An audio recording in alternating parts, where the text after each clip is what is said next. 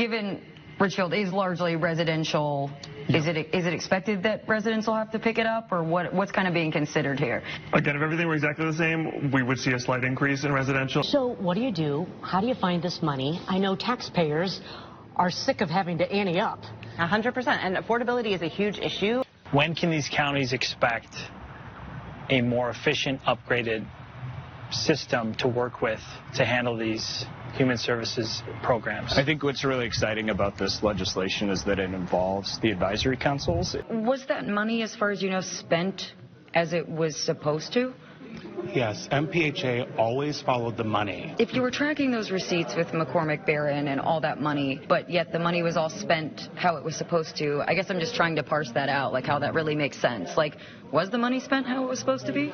You had to have sat in cabinet meetings or meetings where the fraud issue came up. Do you wish you maybe had raised your voice more to address this early on, the fraud issue? You know, Governor Walz said that he wished more had been done sooner. But if that state and federal funding does not come to fruition, is there a world where you turn to taxpayers here to get that funding? We did reach out to the registered agent and the campground executive. If you get this message, sir, if you could text or call me. I did not hear anything back. When we went to the park itself to find out more, we were told to leave. We're also working to get answers if Wisconsin state regulators have any licensing or inspection information about the Aqua Park, and if the waiver would have any effect on a license. Yeah, you're looking at that live right now this morning. Again, this happening in Ukraine. You can see they've got the heavy equipment in here.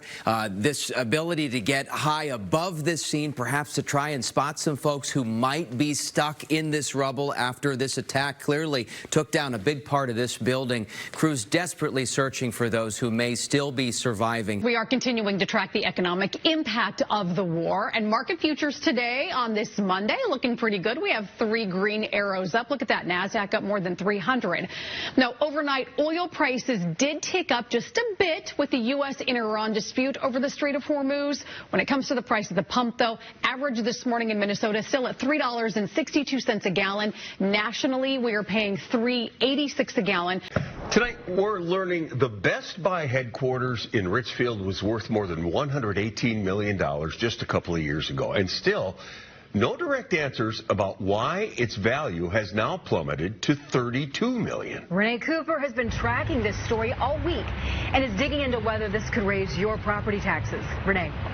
On your Tuesday morning, tracking your tax dollars, the Best Buy headquarters in Richfield is having its property value nearly cut in half. A new assessment drops it from about $63 million down to just $32 million. Again, that's about cut in half.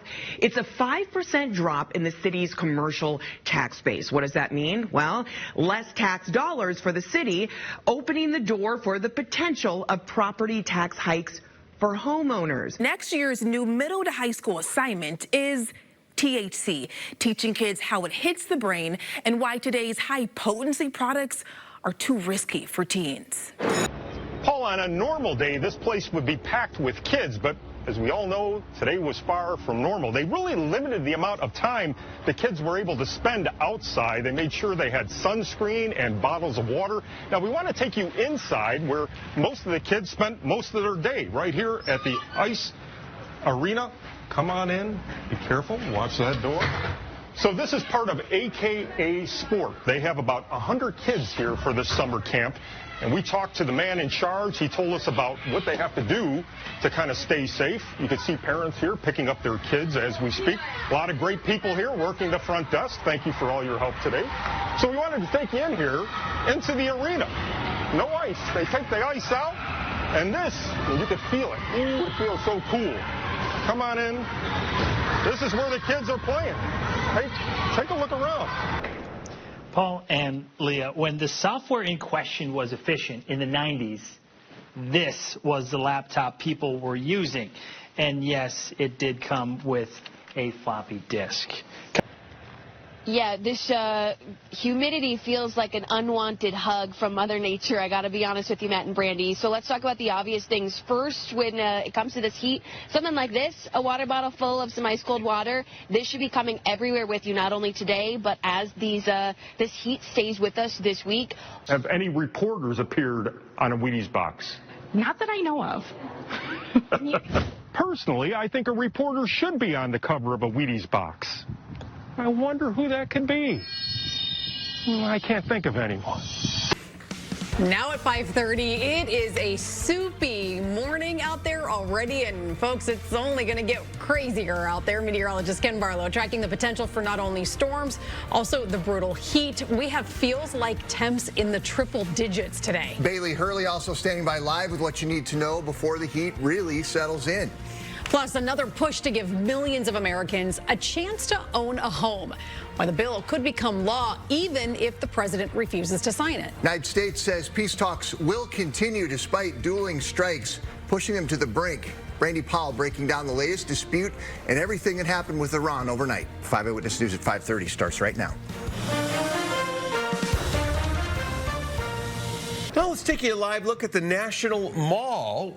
The Great American State Fair is happening right now in Washington. And new tonight, House Democrats accuse consultants tied to President Trump of misleading donors during fundraising for the 250th anniversary celebration. Good evening, everyone. I'm Kevin Dorn. And I'm Lindsey Brown. A live look at radar tonight, where Minnesota's Weather Authority is tracking a stormy Wednesday morning. Meteorologist Chris Reese is tracking it all for you in a forecast first alert. Chris? And it's moving toward the north, so Lakeville, Northfield, into the Twin Cities later on. Here's the time of arrival. I've planned it out for you. Lakeville coming up shortly, about 40 minutes or so, and then after that into the Twin Cities sometime between 6:45 and 7. Our next weather maker, as we've talked about, it's this dome of heat being anchored to our south. The jet stream riding up around that. I showed you this yesterday. It still remains true now, but we have showers of thunderstorms that develop on the edge of these domes of heat. We refer to this setup, her fun name is the Ring of Fire. Models kind of struggling to come into agreement at what point we get that cleared out, but at this point, topping out in the low 80s and clearing as we head into the evening.